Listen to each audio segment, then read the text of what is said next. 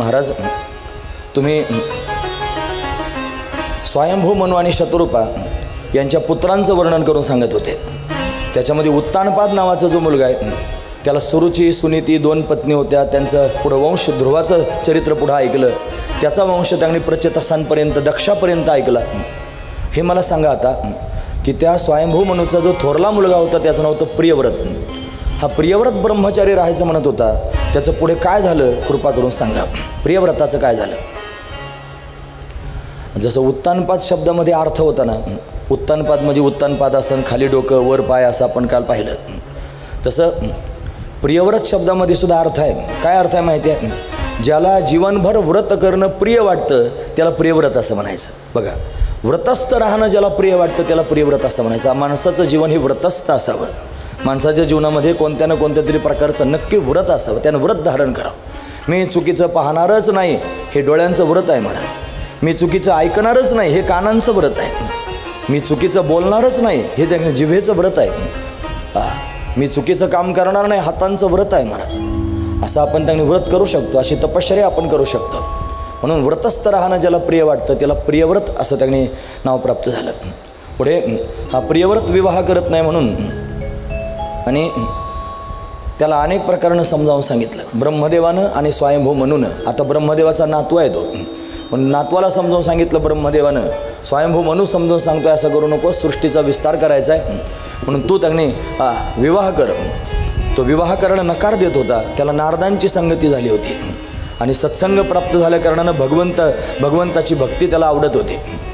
मग त्याला विचारलं, सांग गृहस्थाश्रमात काय वाईट आहे. 4 आश्रम आहेत की नाही. ब्रह्मचार्य आश्रम, गृहस्थाश्रम, वानप्रस्थाश्रम, संन्यासाश्रम. प्रत्येक आश्रमामध्ये स्वतंत्र साधना करून परमात्म्यापर्यंत जाता येतं. कोणी जर ब्रह्मचारी असेल तर ब्रह्मचारीच राहिला जन्मभरण भगवंताचं चिंतन केलं तर परमात्म्याची प्राप्ती होईल. जर तुम्ही गृहस्थाश्रमात असाल तर गृहस्थाश्रमातले सगळे नियम जर तंतोतंत पाळले तर गृहस्थाश्रमातच तुम्हाला परमात्म्याची प्राप्ती होईल. जर वानप्रस्थी असाल, संन्यासी असाल तर त्या आश्रमातले नियम पाळून तुम्हाला भगवत प्राप्तीपर्यंत जाता येतं. प्रत्येक आश्रम हा भगवत प्राप्तीपर्यंत जाण्याकरिता स्वतंत्र आहे. पण ब्रह्मचारीच राहिलं पाहिजे आणि संन्यासच घेतला पाहिजे असा काही दंडक नाही. म्हणून मोक्षप्राप्तीकरिता कोणत्याही आश्रमात राहिलं तरी चालेल असं त्याला सांगितलं. त्याला प्रश्न विचारला, सांग म्हटले नाव पाण्यात असावे की पाणी नावेत असावं. तुम्ही ऐकतात ना सर्वजण. नाव पाण्यात असावे का पाणी नावेत असावं. नाव पाण्यात असावे. पाणी जर नावेत असलं तर त्याचा बुडे भवनदी ताफा, तो त्यांनी बुडून जाण्याची दाट शक्यता आहे. म्हणे मग नाव पाण्यात असली पाहिजे, पाणी नावेत नसलं पाहिजे. मग त्याला परत प्रश्न विचारला, सांग आपण संसारात असलं पाहिजे का संसार आपल्यात असला पाहिजे. सरळ गोष्ट आहे. आपण संसारात असलं तर चालेल पण संसार आपल्यामध्ये नसावा. जर संसार आतमध्ये असला तर तो संसार आपल्याला घेऊन बुडणार आहे. तुम्ही संसारात दिसायला काय हरकत नाही महाराज. ग्रहम ज्या घरामध्ये कायम धूर भरलेला असतो, भार्या अनिष्ठुर भाषिणी, पत्नी कायम त्यांनी कठोर बोलणारी असते. भार्या अनिष्ठुर भाषिणी, प्रभुरूपी क्रोधेन पूर्ण सदा. प्रभू म्हणजे घराचा मालक कायमस्वरूपी क्रोधानं भरलेला असतो. क्रोधेन पूर्ण सदा. स्नानम शीतलवारी नाम ही सततम. ज्या घरामध्ये रोज थंड पाण्यानं स्नान केलं जातं, धिक ग्रहस्थाश्रम, त्याच्या ग्रहस्थाश्रमाचा धिक्कार असो. तुम्हाला मग काय थंड पाण्यानं स्नान करायचं नाही का. ग्रहस्थाश्रमी माणसाचा तो नियम नाही. ब्रह्मचार्यानं, संन्याशानं, वानप्रस्थानं थंड पाण्यानं स्नान केलेलं चालतं. गृहस्थी माणसानं थंड पाण्यानं स्नान करू नये. जर जमतच नसेल गरम पाणी तर काटामोड तरी करून घ्यावे आणि त्यानं स्नान करावं. असू द्या, असा ग्रहस्थाश्रम धन्य आहे असं सांगितलं. मग त्याला ते पटलं. मग त्यानं विवाह केला. विश्वकर्म्याची असणारी कन्या बहिष्मती हिच्याबरोबर त्यांनी महाराज त्याचा विवाह झालेला आहे. तिच्यापासून 10 मुलं त्याला झालेली आहेत प्रियव्रताला. नंतर त्यांनी 7 मुलं 7 द्वीपांचे अधिपती झाले. 3 मुलं विरक्त झाले. जे 7 द्वीपांचे अधिपती झाले त्याच्यामध्ये जंबू नावाचा जो द्वीप आहे त्या म्हणजे आपण जिथं राहतो हा जंबूद्वीप आहे. या जंबूद्वीपाचा अधिपती झाला अग्निध्र. या अग्निध्राचा त्यांनी विवाह झाला पूर्वचिती नावाच्या अप्सरेबरोबर. तिचं नाव नाभीदेवी, मेरूदेवी असं पण तिला नाव होतं. आणि या अग्निध्राला त्या मेरूदेवीपासून एक पुत्र प्राप्त झाला. तो पुत्र सामान्य नव्हता. अनंतकोटी ब्रह्मांडाचा नायक असणारा भगवान स्वतःच त्यांच्या घरी प्रत्यक्ष प्रगट झाला. तो वृषभदेवाच्या रूपानं प्रगट झालेला आहे. 24 अवतारापैकी वृषभदेव हा पण एक अवतार आहे.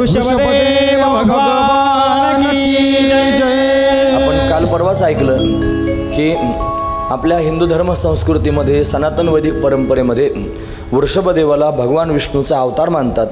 आणि जैन धर्मामध्ये त्यांना प्रथम तीर्थंकर मानतात. पण प्रथम तीर्थंकर आहेत जैन धर्मामध्ये.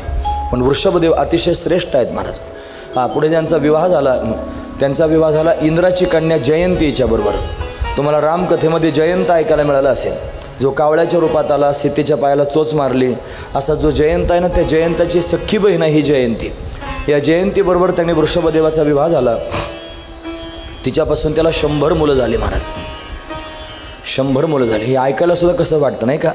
100 मुलं, 1-2 झाले तरी नाकात नवं आणतात ते. 100 कसे सांग, मी तुम्हाला सत्ययुगातली गोष्ट सांगतोय. एवढी मुलं त्यांनी वृषभदेवाला झाले. या 100 मुलांचं त्यांनी लालन पालन करू लागले, पण उपदेश करायला सुरुवात केली.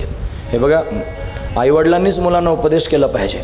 खरं तर मायबाप फक्त पोट भरण्याची विद्या शिकवतात, त्याच्यापेक्षा जास्त काही शिकवत नाहीत. ते काही मुक्त व्हा, संसार बंधनातून त्यांनी बाजूला व्हा आणि जन्ममरणाची परंपरा चुकवा असं कोणीच आईबाप त्यांनी सांगत नाही. जे सांगत असतील ते भाग्यवान आहेत.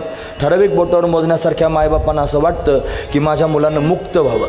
नाहीतर सगळ्याच मायबापाला वाटतं माझा मुलगा डॉक्टर व्हावा, वकील व्हावा, इंजिनियर व्हावा, श्रीमंत व्हावा, लोकांच्या समोर यावा, त्याचं नाव लौकिक व्हावं, त्यानं माझं नाव लौकिक वाढवावं, असं प्रत्येक बापाला आणि आईला वाटतं.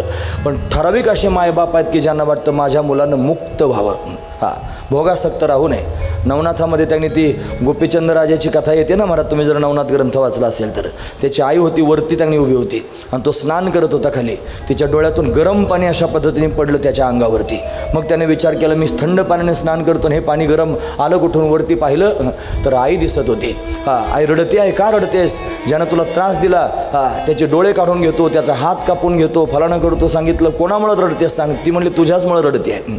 म्हणे का रडतेस माझ्यामुळं? म्हणे तू भोगासक्त झालास, मुक्त कधी होशील? आईनं त्याने उपदेश केला आणि आईच्या उपदेशानं त्यांनी कर्तार्थ झाला. मोठी गोष्ट आहे महाराज. म्हणून ज्या घरामध्ये आई उपदेश करते, ज्या घरामध्ये वडील उपदेश करतात, त्या घरामध्ये खऱ्या अर्थानं परमार्थ तेवत राहतो. लक्षात ठेवण्यासारखा मुद्दा आहे. म्हणून 100 मुलांना उपदेश केला की तुम्ही परमार्थ करण्याकरिता जन्माला आलेले आहात, संसार करण्याकरिता नाही. नायम देहो देहभाजा नृलोके कष्टान कामान हाते विड भुजामे तपो दिव्यम पुत्रको येन सत्वम शुद्धेन अस्मात् ब्रह्मसौख्यम त्वनंतम. ब्रह्मसौख्य प्राप्त करून घ्या. तुम्ही शरीर आहात, तुम्ही देह आहात, तुम्ही जन्मणारे आहात, मरणारे आहात. या सगळ्या त्यांनी गोष्टी बाजूला करून तुम्ही ब्रह्म स्वरूपाचा आनंद घेण्याकरिता त्यांनी तयार व्हा, सज्ज व्हा. कारण मनुष्य शरीर सहजासहजी मिळत नाही. साधू संत वर्णन करून सांगतात, हे बडे भाग मानुष तनु पावा, सुर दुर्लभ सब ग्रंथ न गावा. बडे भाग मानुष तनु पावा, सुर दुर्लभ सब ग्रंथ न गावा. बडे भाग मानुष तनु पावा, सुर दुर्लभ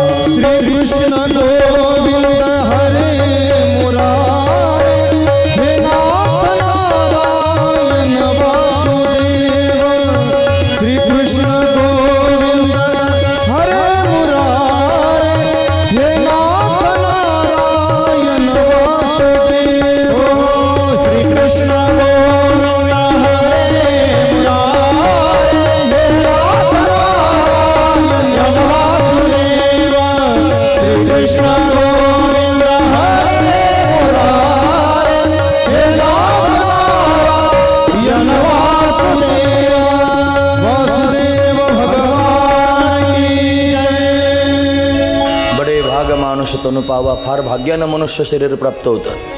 सुर दुर्लभ, सुर म्हणजे देवता, दुर्लभ देवांना सुद्धा दुर्लभ आहे माणसाचं शरीर. सब ग्रंथानं गावा, सगळ्या ग्रंथांनी सांगितलेलं आहे.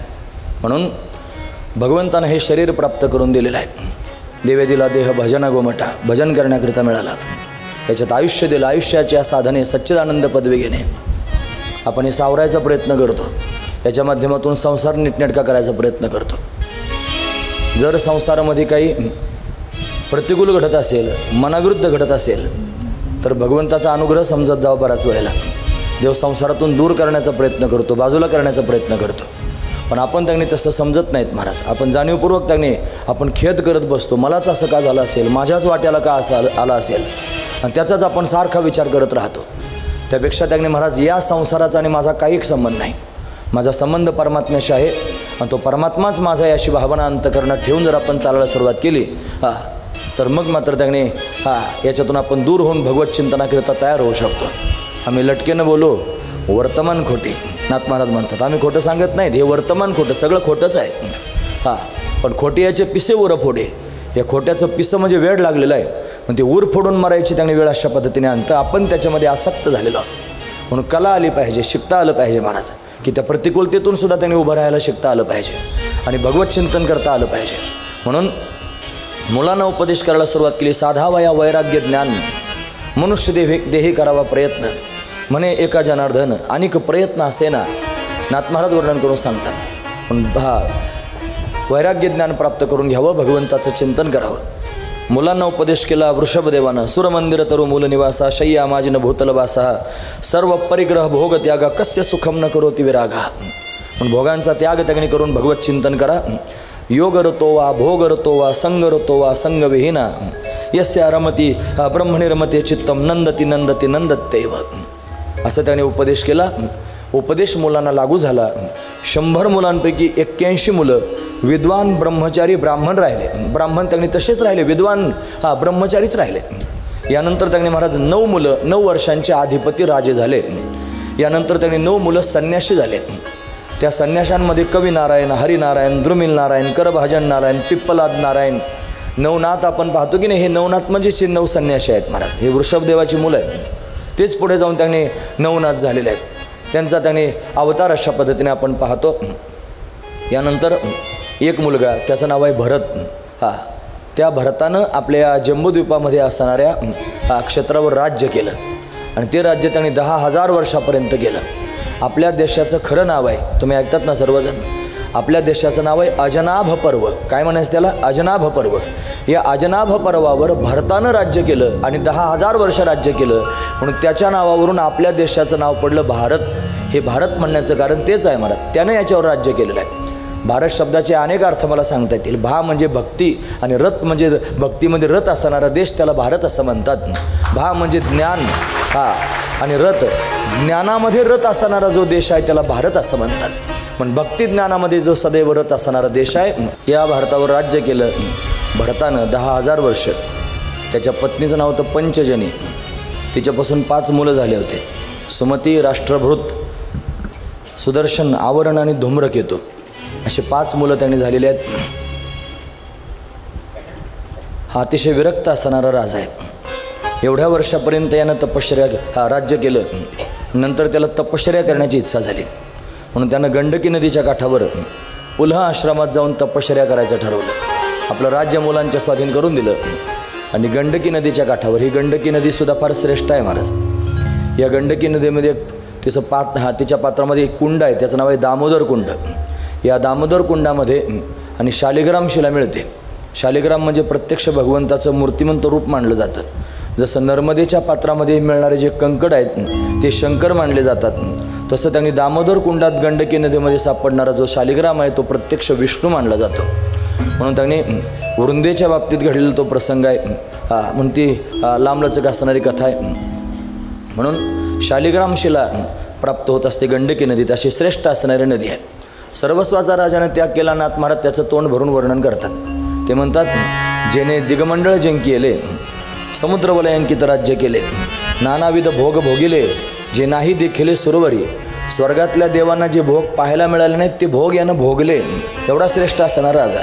समुद्र वलयांकित राज्य केले म्हणजे समुद्राच्या तटापर्यंत त्यांनी या टोकापासून त्या टोकापर्यंत त्याचं राज्य आहे.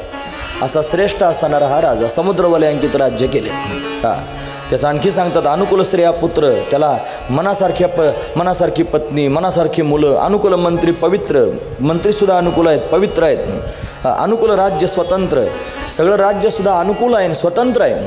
पण एवढा असूनसुद्धा ते त्याजिले विचित्र नाना भोग. त्या सगळ्या भोगांचा त्यानं त्याग केला. आणि सर्व भोगांचा त्याग करून एवढं कौतुक करतात, जे राज्य वैभव भोगिती तया कदा नभी विरक्ती, परी भरते केली नवल ख्याती, सेवेला श्रीपती भोग त्यागे. ज्यांना राज्य वैभव प्राप्त होतं त्यांना विरक्ती होत नाही महाराज, ते कधीच परमार्थाच्या मार्गाला त्यांनी जात नाहीत.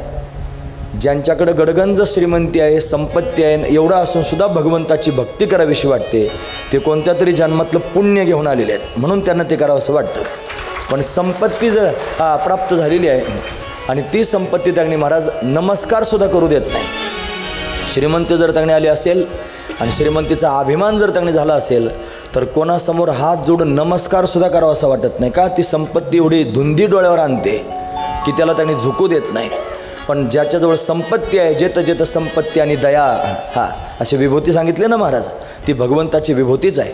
म्हणून त्यांनी संपत्ती आहे राजाकडं, दया पण आहे राजाकडं, राजा पारमार्थिक आहे, दिव्य जीवन त्यांनी जगतो आहे, म्हणून त्याचं कौतुक त्यांनी अशा पद्धतीने केलेलं आहे.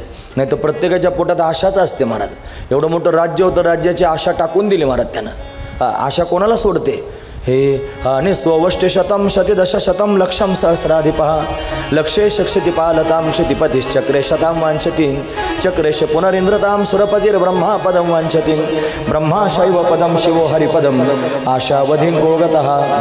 ज्याच्या खिशात 100 आहेत त्याला वाटतं 1000 असावेत, ज्याच्याकडे 1000 आहेत त्याला वाटतं लाख असावेत, ज्याच्याकडे लाख आहेत त्याला वाटतं कोटी असावेत, ज्याच्याकडे कोटी आहेत त्याला वाटतं अब्ज असावेत, त्यालाही वाटतं मी त्याने मोठा मंत्री व्हावं, त्यालाही वाटतं अशा पद्धतीने मी इंद्र व्हावं, त्यालाही वाटतं मी ब्रह्मदेव व्हावं, त्यालाही वाटतं मी त्यांनी शंकर व्हावं, त्यालाही वाटतं मी विष्णू व्हावं. प्रत्येकाला त्यांनी महाराज पोटात आशा गच्च भरलेली आहे. राजानं मात्र सर्वस्वाची आशा टाकून दिली आणि भगवत चिंतनाकरिता राजा त्यांनी गंडकी नदीच्या काठावर पुलह आश्रमामध्ये त्यांनी जाऊन भगवत चिंतन करू लागला. हे देवासाठी घेऊन जोग अवघा भोग त्याची याला, अवघा भोग त्याची याला, अवघा भोग त्याची याला. देवासाठी घेऊन जोग अवघा भोग त्याची याला, अवघा भोग त्याची याला, अवघा भोग त्याची याला. देवासाठी घेऊन जोग अवघा भोग त्याची याला, देवासाठी घेऊन जोग अवघा भोग त्याची याला, देवासाठी घेऊन जोग अवघा भोग त्याची याला, अवघा भोग त्याची याला, अवघा भोग त्याची याला. देवासाठी घेऊन जोग अवघा भोग त्याची याला, देवासाठी घेऊन जोग अवघा भोग त्याची, देवासाठी घेऊन जोग अवघा भोग त्याची याला, अवघा भोग त्याची याला, अवघा भोग त्याची याला. हे देवासाठी घेऊन जोग अवघा भोग त्याची याला. सगळ्या भोगांचा त्याग केला, भगवंताचं चिंतन करण्याकरिता गंडकी नदीच्या काठावर जाऊन राहू लागला. एक दिवशी स्नान करण्याकरिता गेला होता. तिथे एक विलक्षण घटना घडली. एक हरणी पाणी पिण्याकरिता आली होती. ती हरणी गर्भवती होती, तिचे 9 मास पूर्ण झाले होते आणि कोणत्या वेळेला प्रसूती होईल अशी स्थिती होती. ती पाणी पित असताना एक व्याघ्र गर्जना तिला ऐकू आली. ती घाबरली. स्वतःचे प्राण वाचवण्याकरिता तिनं उडी मारलेली आहे. उडी मारून ती नदीच्या पलीकडे जाण्याचा प्रयत्न त्यांनी करू लागली. त्या घाईत प्रसूत झालेली आहे. तिचं ते पाडच त्या पाण्यामध्ये त्यांनी पडलेलं आहे. हरणी त्यांनी पलीकडच्या काठाला निघून गेली, पण व्याकुळ होऊन तिचा मृत्यू झालेला आहे. ते पाडच त्यांनी वाहत वाहत पुढे जाऊ लागलं. जिवंत आहे. राजा जिथे पाण्यात स्नान करतो आहे, अर्घ्य देण्याकरिता ओंजळीत पाणी घ्यायला हात समोर गेले, त्याच्या हातात तो गर्भ येऊन सापडला. जिवंत हरणाचं पाडस माझ्या आश्रयाला आलेलं आहे. मी क्षत्रिय आहे आणि हे माझ्या आश्रयाला आलेलं आहे. आता मी याला सोडून जर दिलं तर व्याघ्रसिंह याला खाऊन घेतील, म्हणून त्याने मी याचा सांभाळ केला पाहिजे असा विचार त्यानं केला आणि त्याला आश्रमात नेलं. आश्रमात नेल्यानंतर त्याने गाईचं दूध पाजून त्याला त्यांनी वाढवायला सुरुवात केली. हरणही मोठा झाला. हरणाला राजाचा लळा लागला. तो राजाच्या अवतीभोवतीने फिरू लागला. राजा भगवंताचं पूजन करत होता, भगवंताची भक्ती करत होता. राजानं स्वतःच्या कपाळाला गंध लावावा, हरणाला पण लावावा, मग देवाला गंध लावावा. हरणाच्या पायात घुंगरं बांधली होती. हरणाच्या गळ्यामध्ये पुष्पांच्या माळा त्यांनी घालत होता. हरण त्यांनी राजाच्या अवतीभोवती उड्या मारत फिरत होता. एवढं प्रेम हरणावर अशा पद्धतीने जडलं होतं. एक दिवशी हरणांचा एक कळप आला. हरण त्या कळपामध्ये निघून गेला आणि तो कळपात निघून गेल्यानंतर राजा सकाळपासून वाट पाहत होता. माझा हरण गेलेला आहे, अजून येत नाही. माझा हरण गेला, अजून येत नाही. संध्याकाळ झाली तरी पण हरण आला नाही. 1 दिवस झाला, 2 दिवस झाले, 3 दिवस झाले. राजानं अन्न पाणी वर्ज केलेलं आहे आणि मरणासन्न स्थिती राजाची झालेली आहे. तो अंथरुणाला त्याने खेळलेला आहे. हरणाचं काय झालं असेल, हरण कुठे गेलं असेल, हरण कुठे गेलं असेल, सारखा विचार करत होता. हरण म्हणता म्हणता म्हणता राजा मरण विसरून गेला. महाराज हरण म्हणता म्हणता मरण विसरला आणि जे होऊ नये तेच झालं. मरण त्याच्या डोळ्यासमोर आलं. पण काय शेवटच्या क्षणाला विलक्षण घटना घडली. तो हरण त्याने फिरून पुन्हा त्याच्याजवळ आला. राजा झोपलेला आहे. त्याच्या पायाजवळ हरण येऊन बसला. राजानं हरणाकडे पाहिलं. त्याचं मरण डोळ्यासमोर त्याला दिसत होतं. राजाच्या मनात विचार आला की आता मी मरणार आहे, मी मेल्यानंतर याचं कसं होईल. महत्त्वाचा विचार आहे, मी मेल्यावर आता याचं कसं होईल. अडकला. हरण म्हणता म्हणता मरण विसरलं. मरण आलंच. महाराज कशा करता हे सांगायचं. व काय हरणाच्या कथा लोकांना माहीत नाहीत का. काय राजा रजवाड्यांच्या कथा ऐकल्या नाहीत की ही कथा का सांगायची. त्याचं कारण आपल्याला पण कुठेतरी हरणं आहेत. महाराज कुठं कोणाला 1 आहे, कोणाला 2 आहेत, कोणाला 3 आहेत, कोणाला 4 असतील. असे त्याने हरणं प्रत्येकालाच आहेत आणि प्रत्येकाच्याच मनात हा विचार असतो मी मेल्यावर याचं कसं होईल. हे बघा, ज्याचं जसं व्हायचं तसं होणारच आहे. तू मरून तर बघ, मरून बघ. होईल की नाही पुढची गोष्ट आहे. महाराज होणारच आहे. प्रत्येकाचं वस्तुस्थिती आहे. महाराज कोणाचं राहिलं ते सांगा. अरे आईच्या गर्भात असताना कर्मधर्म संयोगाने एखाद्याचा बाप मेलेला मी पाहिला आहे. आणि प्रसूतीच्या वेळेला आई मेलेली पाहिली. मग बापही ज्यानं पाहिला नाही ना, आई पण ज्यानं पाहिली नाही, ते फार संपन्न आहेत महाराज. हे प्रत्यक्ष त्यांनी घडलेली उदाहरणं आहेत. ज्याला माय पाहायला भेटली नाही, बाप पाहायला भेटले नाही, ते पण चांगलं जीवन जगू शकतात. आपल्याला वाटतं आपल्या वाचून त्यांनी राहील, तुमच्या वाचून काहीच कोणाचं राहत नाही. म्हणून त्यांनी माझ्या वाचून राहिला हा जो भ्रम आहे ना मनातला, तो काढून टाकला पाहिजे. मग भगवान सर्व वृक्षाचीही पान हाले ज्याची सत्ता, राहिली अहंता मग कोठे. आपण काय करणार आहोत महाराज. म्हणून म्या बोलविल्या वेदू बोले, म्या चालविल्या सूर्य चाले, म्या हलविल्या प्राण वाहले जो जगाते चाळिता. म्हणून त्यानं चालवलं तर त्याने सूर्य चालवतो, त्यानं जर त्याने हलवलं तर प्राणवायू अशा पद्धतीने हलत राहतो, त्यानं बोलवल्यानंतर वेद बोलतो. असं त्याचं सामर्थ्य आहे. ऐसा तो समर्थ ब्रह्मांडाचा धनी, असा समर्थ आहे परमात्मा, तोच सर्व काही करणार आहे. हे आपल्या लक्षात आलं पाहिजे. म्हणून माझ्या हरणाचं कसं होईल असा विचार राजाच्या मनात आला. राजाचा मृत्यू झाला. राजाला त्यांनी मरण आलेलं आहे, पण तपस्वी असणारा राजा आहे. अंतीची मती अवधारीची पुढली गती. अंतकाल समयाला जी बुद्धी त्याने असते त्याचनुसार पुढची गती प्राप्त होते. ज्ञानोबराय म्हणतात जागता जवा असिजे, तेने ध्याने भावना भाविजे, डोळा लागत खेळ देखेजे तेचे स्वप्ने. जागेपणी ज्याचा विचार करत राहाल, जर त्याने विचार करता करता झोप लागली तर तेच स्वप्नात जसं येतं, तसं अंतकाल समयाला ज्याचा विचार कराल पुढचा त्याने जन्म त्याच प्रकारचा मिळत असतो. पण हरणाचं चिंतन करता करता शरीर पडलं. राजाला पुढचा जन्म हरणाचा मिळाला. मी झाला तो घातला वासनेने, झाला तो घातला वासनेने, झाला तो घातला वासनेने, झाला तो घातला वासनेने. जडभरत राजा हरिण गर्भ गेला, झाला तो घातला वासनेने, झाला तो घातला वासनेने.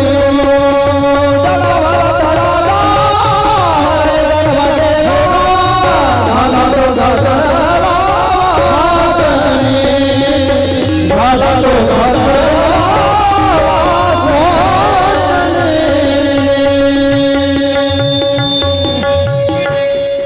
वासना प्रक्षय मोक्ष. हा वासना संपली की मोक्ष प्राप्त होतो.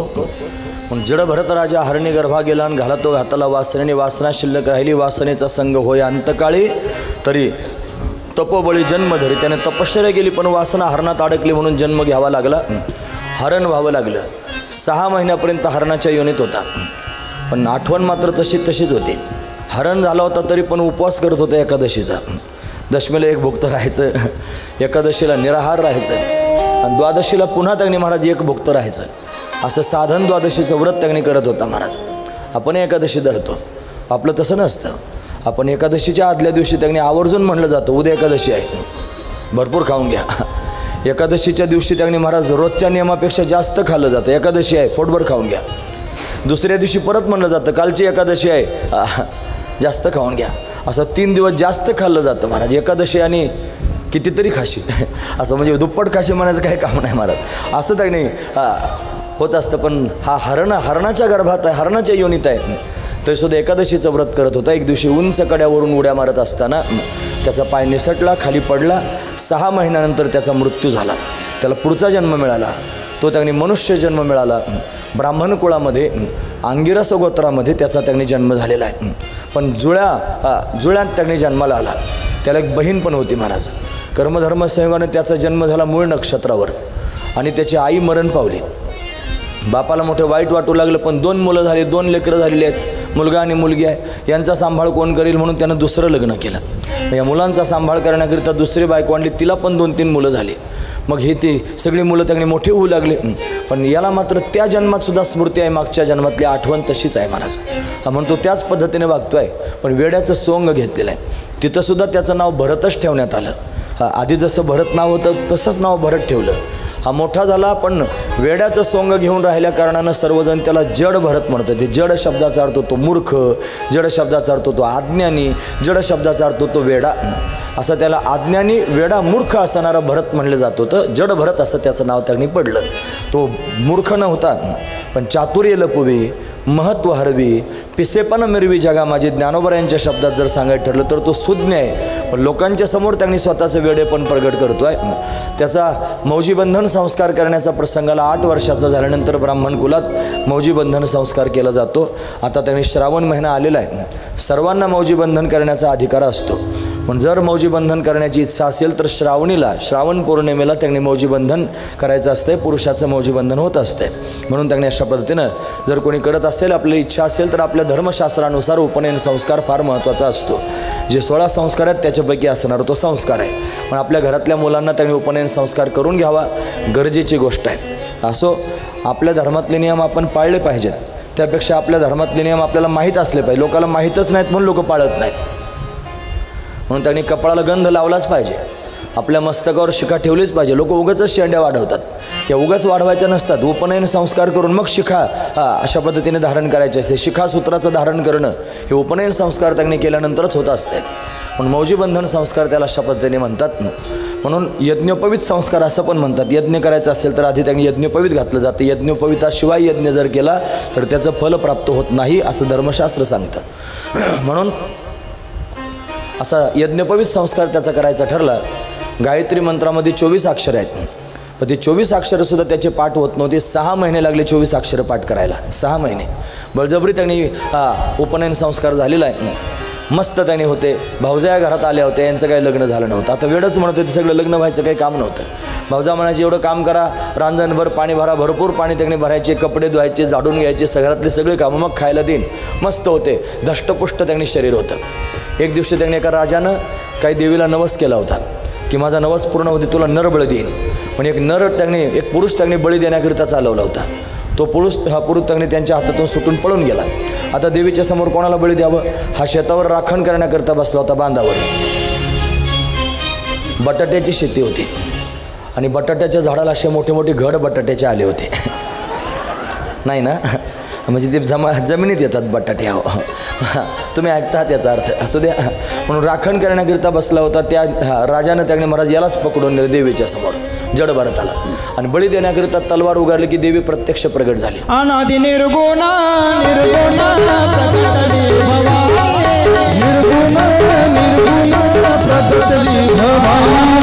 महिषासुर मर्दना लागोनी, महिषासुर मर्दना लागोनी.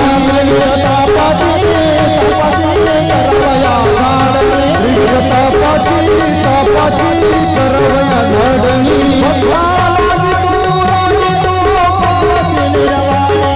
भक्ताला तू लागी तू पावसी निर्वाणी,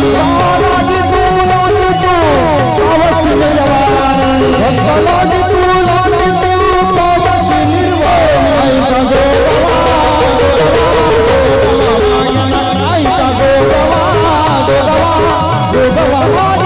आईचा जोगवा जोगवा जोगवा मागेन, जोगवा जोगवा जोगवा मागेन. आईचा जोगवा जोगवा जोगवा मागेन, आईचा जोगवा जोगवा जोगवा मागेन, जोगवा जोगवा जोगवा मागेन.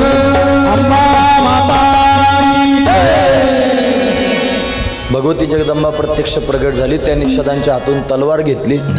त्या तलवारीनं त्या निषादांचेच त्यांनी मुंडके उडवले. चेंडूसारखी खेळू लागली. याला मात्र तिनं सोडवलेलं आहे. जड भरताला तिला नमस्कारसुद्धा केला नाही, तसंच निघून गेला महाराज. पुन्हा आपल्या स्थानावर येऊन बसला. असं त्यांनी रोज त्याचं राखण करण्याचं काम सुरू होतं. एक दिवशी काय झालं, सिंधू सवीर देशाचा राजा होता रहुगण. हा रहुगण राजा गंगासागर समुद्रावर त्या संगमावर आणि तत्त्वज्ञान श्रवण करण्याकरिता कपिल भगवंताकडे जायला निघाला होता. पालखीत बसून चालला होता. त्याच्या पालखीला त्यांनी वाहण्याकरिता, पालखीला वाहणारे कहार असतात किंवा त्यांना भोई असं म्हणतात. 4 जण त्यांनी सेवक होते. खांद्यावर पालखी घेऊन चालले होते. त्यातला एक आजारी पडला. त्यांना एका नवीन सेवकाची गरज होती. कुठून आणावा? हा बसलाच होता बांधावर. चल म्हणे राजाने बोलावलं. गेलं महाराज. कोणाला विचार नाही, पूस नाही, कुठं बोलावलं काही नाही. गेले. सांगितलं का पालखीला खांदा द्या म्हणे. दिला खांदा. चालायला सुरुवात केली. पण ब्रह्मज्ञानी आहेत. रस्त्यानं चालताना पायाखाली किडे मरू नयेत, मुंग्या मरू नयेत, जीवजंतू मरू नयेत म्हणून ते चुकून त्यांनी चालायला सुरुवात केली. जेव्हा ते चुकवायला लागले की पालखी हलायची. तो राजा आतून म्हणायचा आहे, कोण हलतो रे तो? ते पहिले 3 म्हणायचे, हा नवीन आला ना तो हलतो. पण राजानं समजून सांगितलं, हलू नकोस, चांगला त्यांनी चालत राहा. तरीसुद्धा त्याचं हलणं चालणं बंद झालं नाही. राजानं पालखी थांबवली. हातात दंड घेतला, काठी घेतली आणि मारहाण करायला सुरुवात केली. जडभरताला त्यांनी राजा मारतोय रहुगण. तो मार बसत असताना जडभरताच्या मुखातून शब्द बाहेर पडले, नैनन छिन्नंती शस्त्रानी नैनन दहती पावका न चैनन क्लेदेयन त्यापन शोषयती मारुता.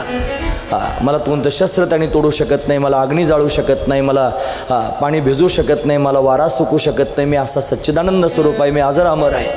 असं ज्या वेळेला बोलायला सुरुवात केली, नायम मी त्यांनी न जायते म्रियते वा कदाचित नायम भूत्वा भविता वा न भूयः अजो नित्य शाश्वतोयम पुराणो न हन्यते हन्य माने शरीरे. शरीराचा नाश झाल्यानं माझा नाश होत नाही, मी आत्मा आहे. असे शब्द त्याच्या मुखातून आल्याबरोबर बारकाईनं पाहिलं, अरे याच्या गळ्यात तर जानवा आहे, मस्तकावर शिखा आहे, कपाळाला गंध आहे, ब्राह्मण आहे. कोण असेल? हातातला दंड राजाचा गळून पडला आणि राजाने त्याला विचारायला सुरुवात केली, तुम्ही कोण आहात? मी ज्यांच्याकडे चालू ते कपिल भगवान तर तुम्ही नाहीत ना? तुम्ही शुकदेव तर नाहीत ना? तुम्ही व्यासदेव तर नाहीत ना? पुन्हा पुन्हा राजा विचारतोय. एवढ्या श्रद्धेनं प्रेमानं विचारतोय. कस्तम निगुटश्चरते द्विजानाम. हे द्विज म्हणजे ब्राह्मण. तुम्ही त्यांनी गूढ रूपामध्ये विचारण करत आहात. तुम्ही कोण आहात? आत्तापर्यंत स्वतःचा परिचय आईवडिलांना सुद्धा सांगितला नव्हता. त्या भरतानं, जड भरतानं स्वतःचा परिचय राजाला सांगितला. कोणत्या राजाला सांगितला? ज्यानं मारहाण केली त्याला सांगितलं. आपल्याला जर एखादं आरं म्हणलं तर आपण त्याला कार म्हणतो लगेच. आपण त्याच्यावर ताबडतोब त्यांनी धावून जातो. मारहाण केलेल्या माणसाला स्वतःचं अंतकरणातलं गूढ सांगणं काय सामान्य गोष्ट आहे का? पण त्याच्यासमोर अंतकरण प्रगट करायला सुरुवात केली. सांगितलं, राजा मी सामान्य नाही. अहम पुरा भरतो नाम राजा विमुक्त दृष्ट श्रुतसंगबंध आराधनम भगवान इह मानो मृगो भवन मृगसंगादार्थम. अहम पुरा भरतो नाम राजा.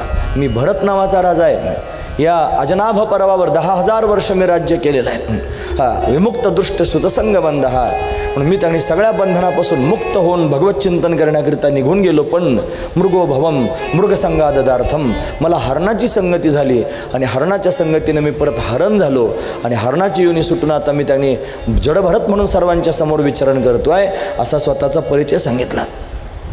राजाला मोठा आनंद वाटला. म्हणतात अखंडानंद सरस्वती महाराजांच्या मुखातून ऐकलेला हा प्रसंग आहे. ते म्हणायचे, तो जो रहुगण नावाचा राजा आहे ना, तो हरणच आहे. जो भरत राजाच्या त्यांनी पायथ्याला येऊन बसला होता ना, तो हरण आहे. त्या हरणाला 1000 जन्म हरणाचे मिळणार होते. पण त्याला सत्संगती घडली, संतांची संगती घडली, म्हणून त्याचे 1000 जन्म रद्द झाले आणि त्याला परत त्यांनी पुढचा जन्म मिळाला आणि तो मनुष्याचा, माणसाचा मिळाला आणि राजा झाला. आणि राजा होऊन पुन्हा कर्मधर्म संयोगानं भारताच्याच जवळ आला. म्हणून त्याची संगती अशा पद्धतीने घडली. आणि मग त्यानं विनंती केली, मी आता कपिल भगवंताकडे जाणारच नाही, तुम्हीच मला तत्त्वज्ञान सांगा. ज्यानं मारहाण केली तर तत्त्वज्ञान सांगायला सुरुवात केली. गंमत आहे की नाही महाराज? म्हणून त्यांनी तत्त्वज्ञान सांगायला सुरुवात केली. मनात असा विचार केला, ज्याची पालखी मी खांद्यावर घेतलेली आहे तो जर बुडाला तर लोक काय म्हणतील? म्हणून संतांनी ज्याचा स्वीकार केला ते विचार करतात, याला मी आपलं म्हणलेलो आहे, याला माझ्या हृदयाला लावलेलं आहे, आणि हा जर आता बुडाला तर त्याला कोणी नाव ठेवणार नाही, मला नाव ठेवतील, असा विचार त्यांनी केला.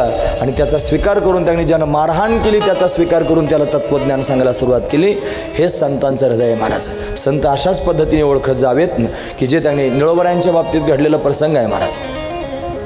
एक विंचू पाण्यात वाहत चालला होता. त्यांनी ओंझळीत घेऊन बाजूला टाकायला सुरुवात केली, हाताला विंचू चावला, ओंझळ सुटली, पण तरी पण उचलला, परत बाजूला टाकायचा प्रयत्न केला, परत चावला, परत ओंझळ सुटली, तिसऱ्यांदा मात्र तो चावला तरी बाजूला काढला. काय याच्यातून लक्षात घ्यायचं? विंचवाचा स्वभावच असतो महाराज चावणे. विंचवाचा स्वभाव सोडित नाही, पण जसा विंचवाचा स्वभाव सोडला नाही तसा साधूनं पण साधूचा स्वभाव सोडला नाही. त्या विंचवाला त्यांनी त्या संकटातून बाहेर काढलंच महाराज. महत्त्वाची गोष्ट आहे. म्हणून विंचवाच्या जातीचे लोक समाजात पाहायला मिळतात, जे त्यांचं काम करतात बरोबर डंक मारतात महाराज. जे त्यांनी अशा पद्धतीने सावरणारे, सांभाळणारे, उपकार करणारे आहेत, त्यांच्यावरसुद्धा अपकार करतात, पण संत मात्र त्यांचा स्वभाव सोडत नाही, त्याचाही उद्धारच करून टाकतात. म्हणून त्यांनी याचा उद्धार करायचं ठरवलं आणि मग त्याला तत्त्वज्ञान सांगायला सुरुवात केली. मग त्याला अनेक प्रकारानं तत्त्वज्ञान सांगितलं, त्याला भूगोल खगोलाचं वर्णन करून सांगितलं, जंबू आदी करून त्यांनी अनेक खंडांचं वर्णन करून सांगितलं, अतल वितल सुतल तलातल रसातल महातल पाताळ सप्तलोक अधोलोकांचं वर्णन करून सांगितलं, भूलोक भोरलोक जनलोक तपलोक महलोक सत्यलोक ऊर्ध्वलोकांचं वर्णन करून सांगितलं, स्वर्गादी लोकांचं वर्णन करून सांगितलं. अशा अनेक लोकांचं वर्णन करून सांगत नरकाचं वर्णन करून सांगितलं, भारतभूमीचं त्यांनी विस्तारणं वर्णन करून सांगितलं, नरकांचं वर्णन करून सांगितलं. 28 प्रकारचे नरक आहेत, तामिश्र, अंधतामिश्र, रौरव, महारौरव, कुंभीपाक, असिपत्रवन, पूत, असे अनेक प्रकारचे 28 नरक आहेत महाराज. हे 28 नरकांचं वर्णन करून सांगितलं. कोणतं पाप केल्यानं कोणत्या नरकात जावं लागतं त्याचा पण विस्तार सांगितला. म्हणून एवढा विस्तार सांगण्यात इतका वेळ तर माझ्याकडे बिलकुलच नाही. फक्त 28 नरकांचं वर्णन करून सांगितलं, एवढंच मी तुमच्यासमोर सांगू शकतो. जर व्याभिचार केलं तर तप्त असणाऱ्या लोहपिंडाला आलिंगन द्यायला लावतात, तप्त असणाऱ्या भूमीवरून पळायला लावतात. असिपत्रवन नावाचं नरक आहे, त्याच्यामध्ये झाडाची पानच तलवारीसारखी असतात, त्याच्यातून पळायला लावतात. उकळते तेलात टाकतात, करवतीनं कापतात. एक नदी आहे नरकामध्ये, तिचं नाव आहे वैतरणी. या वैतरणी नावाच्या नदीमध्ये त्यांनी टाकतात, तिच्यामध्ये विष्ठा, मूत्र, पू, रक्त असे त्यांनी घाण पदार्थ असतात आणि त्याच्यात नेऊन टाकतात. म्हणतात दुर्योधन वैतरणीत पडला होता जाऊन. आणि ज्यावेळेला धर्मराज युधिष्ठिर त्याने स्वर्गाला जाण्याकरिता निघाला, त्यावेळेला त्याची सावली नारकीय जीवांवर पडत होती तरी त्यांना समाधान वाटत होतं. धर्मराज म्हणला, माझी सावली पडल्यानं जर यांना चांगलं वाटत असेल तर मी राहिल्यानं किती सुखी होतील. मला स्वर्गात जायचंच नाही, मला नरकातच राहतो. बघा, हे साधूचं अंतकरण असतं. पण दुर्योधनानं पाहिलं धर्मराज दिसतोय, त्याला तोंड दाखवण्यासारखी स्थिती नव्हती, म्हणून ती विष्ठेची, मूत्राची, पुवाची, रक्ताची असणारी जी नदी, त्याच्यात दुर्योधनानं बुडी मारली. महाराज, त्याचं काय झालं असेल त्याची त्याला माहिती. असू द्या, असं भयंकर असणारं नरक आहे, नरकांचं वर्णन करून सांगितलं. आणि हे सर्व वर्णन करून सांगत त्याला त्यांनी महाराज तत्त्वज्ञानाचा उपदेश केला. भावाटवीचं वर्णन करून सांगितलं. तो कृतार्थ झाले. रहुगण राजाचा त्यांनी अशा पद्धतीने उद्धार भरताच्या माध्यमातून त्यांनी झाला. इथे 5वा स्कंद पूर्ण झाला.